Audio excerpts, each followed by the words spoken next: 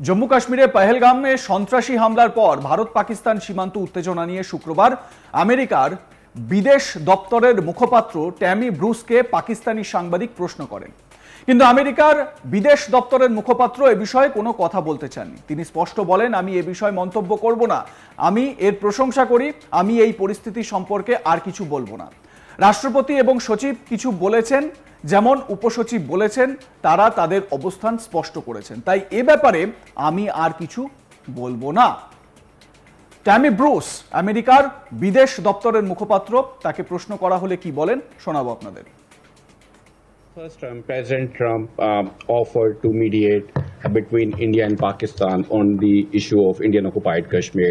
I know you just said that this administration has no position on Kashmir right now, but there are too much tension on the border. I'm not going to be remarking, sir. As I mentioned, I appreciate this, and perhaps we'll come back to you with another subject. I will say nothing more on that situation. The President and the Secretary have said things, as have the Deputy Secretary.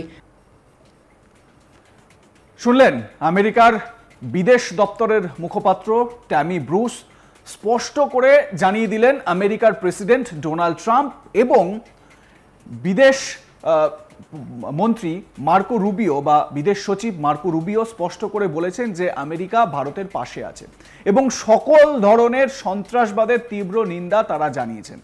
পহেলগামে সন্ত্রাসী হামলার বিষয়ে Bruce বলেন, president Trump এবং সচিব Rubio যেমন স্পষ্ট করে বলেছেন আমেরিকা ভারতের পাশে দাঁড়িয়েছে, সকল সন্ত্রাসী কর্মকাণ্ডের তীব্র নিন্দা জানায়। আমরা নিহতদের জীবনের জন্য প্রার্থনা করি এবং আহতদের আরোগ্যের জন্য প্রার্থনা করি এবং এই জঘন্য কাজের অপরাধীদের বিচারের আওতায় আনার আহ্বান জানাই। ট্যামি ব্রুস কি বলছেন আরো একবার শুনুন।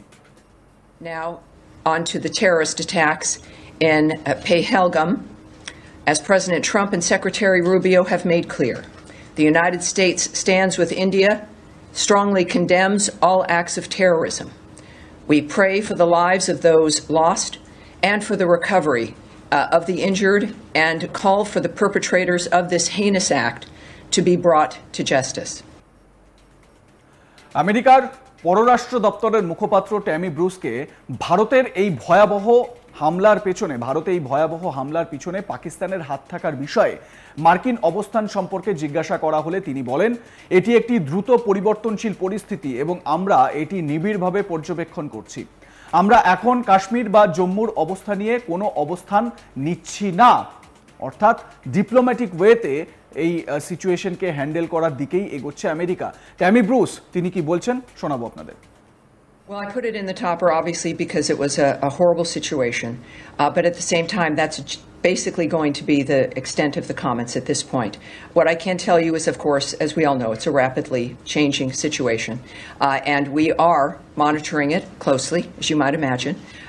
And we, of course, are not now taking a position on the status of Kashmir or of Jammu either. So that's really going to be the extent of what I can say.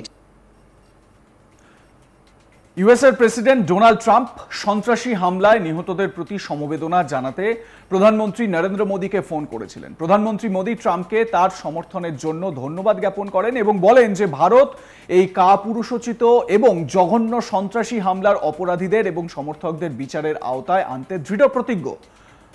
পহেলগামের জনপ্রিয় Maggi point বা mini সুইজারল্যান্ডের ভাইসেরন মাঠে লাগোয়া এলাকায় পর্যটকদের ওপরে হামলা চালায় জঙ্গিরা। হামলায় প্রাণ হারান অন্তত ২৬ জন। বেসরকারি মতে সেই সংখ্যাটা ২৮। সেই সংখ্যা পার করেছে, আহতের সংখ্যা পার করেছে ৫০। মৃতের সংখ্যা আরও বাড়তে পারে, কারণ আহতদের মধ্যে কয়েকজনের অবস্থা আশঙ্কাজনক। স্থানীয় সূত্রের খবর, প্রায় ৪০ মিনিট ধরে জঙ্গিরা এই তাণ্ডব চালায়। রীতিমতো পরিচয় জেনে তাদের কাছে হিন্দু না মুসলমান এ বিষয়ে জানতে চায়, তারপর বেছে বেছে জানে শেষ করা হয় পর্যটকদের। অপারেশনের পর ধীরে সুস্থে এলাকা ছাড়ে জঙ্গিরা। এরপরই দেশের নিরাপত্তা বিষয়ক সর্বোচ্চ committee cabinet committee on security বৈঠকে বসে। সভাপতিত্ব করেন প্রধানমন্ত্রী নরেন্দ্র মোদী। ওই বৈঠকের পর জরুরি সাংবাদিক বৈঠক করে বিদেশ মন্ত্রক প্রেস ব্রিফিংয়ে বিদেশ সচিব বিক্রম মিশ্রি সন্ত্রাসী হামলার সঙ্গে সীমান্ত পারের যোগসাজশ তুলে ধরেন। তিনি বলেন, কেন্দ্রশাসিত অঞ্চল জম্মু কাশ্মীরে সাফল্যের সঙ্গে নির্বাচন হওয়ার পরেই এই আক্রমণ হলো। এমন একটা সময় হলো যেখানে ধারাবাহিকভাবে উন্নয়ন ও প্রবৃদ্ধি ঘটছিল সেখানে। পাকিস্তানের বিরুদ্ধে কিছু সিদ্ধান্ত নেওয়া হয়েছে, সেগুলো হলো 1960 সালের সিন্ধু জলবন্টন চুক্তি অবিলম্বে স্থগিত করা হচ্ছে, যতক্ষণ না পাকিস্তান বিশ্বাসযোগ্যভাবে এবং পাকাপাকিভাবে সীমান্ত পারের সন্ত্রাসের প্রতি তাদের সমর্থন প্রত্যাহার করছে। আটারি ওয়াঘা চেকপোস্ট অবিলম্বে বন্ধ করে দেওয়া হচ্ছে। ওই পথ দিয়ে যারা বৈধভাবে পারাপার করেছেন তারা 1 মের আগেই ফিরতে পারবেন। সার্ক দেশগুলোর জন্য বিনা ভিসা প্রকল্পের অধীন বিশেষ ভিসা নিয়ে পাকিস্তানের নাগরিকরা ভারতে ভ্রমণ করতে পারবেন না। যে পাকিস্তানি নাগরিকদের আগেই ওই ভিসা দেওয়া হয়েছে তা বাতিল করা হলো। দিল্লিতে পাকিস্তানি দূতাবাসে সে দেশের প্রতিরক্ষা, সেনা, বিমান ও নৌবাহিনীর যে পরামর্শদাতারা রয়েছেন তাদের পার্সোনা নন গ্রাটা অর্থাৎ অবাঞ্ছিত বলে ঘোষণা করছে ভারত। দুই দেশের দূতাবাসগুলোতে এই পদগুলো বিলুপ্ত করা হলো। দুই দেশের রাজধানীতে অবস্থিত কর্মী সংখ্যা বর্তমানের 55 থেকে কমিয়ে 1 মের মধ্যে 30-এ নিয়ে আসতে হবে। এরপরেই বৃহস্পতিবার দুপুরে পাল্টা একগুচ্ছ পদক্ষেপ নেয় পাকিস্তান। ভারতীয় উড়ান সংস্থার বিমানের পাকিস্তানের আকাশসীমায় প্রবেশে নিষেধাজ্ঞা জারি করা হয়েছে। মানে পাকিস্তানের আকাশসীমা ব্যবহার করতে পারবে না ভারতের বিভিন্ন উড়ান সংস্থা। পাশাপাশি ইসলামাবাদ ভারতের সঙ্গে সব বাণিজ্য বন্ধ করার সিদ্ধান্ত নিয়েছে। এমনকি সিমলা চুক্তিও বন্ধ করার হুঁশিয়ারি দিয়েছে পাকিস্তান, যদিও তাতে ভারতের খুব একটা কিছু এসে যায় না। পাকিস্তানের দিকে জলপ্রবাহে বাধা দেওয়ার চেষ্টা হলে সেটিকে যুদ্ধ হিসেবে দেখা হবে, এমনটাও পাকিস্তানের তরফ থেকে বলা হয়েছে। প্রসঙ্গত, পহেলগাম হামলার সঙ্গে যারা জড়িত তাদের সাজা দেওয়া হবে, রেয়াত করা হবে না। বিহারের মধুবনী সভা থেকে হুঙ্কার দেন প্রধানমন্ত্রী নরেন্দ্র মোদী। তিনি বলেন, 22 এপ্রিল জম্মু কাশ্মীরের পহেলগামে সন্ত্রাসবাদীরা নিরীহ দেশবাসীদের যে নৃশংসভাবে শেষ করেছে তাতে গোটা দেশ ব্যথিত। কোটি কোটি দেশবাসী দুঃখিত। সমস্ত পীড়িত পরিবারের পাশে গোটা দেশ। বন্ধুরা, এই সন্ত্রাসী হামলায় কেউ নিজের ছেলেকে হারিয়েছেন, তো কেউ নিজের ভাইকে হারিয়েছেন, তো কেউ আবার নিজের জীবনসঙ্গীকে হারিয়েছেন।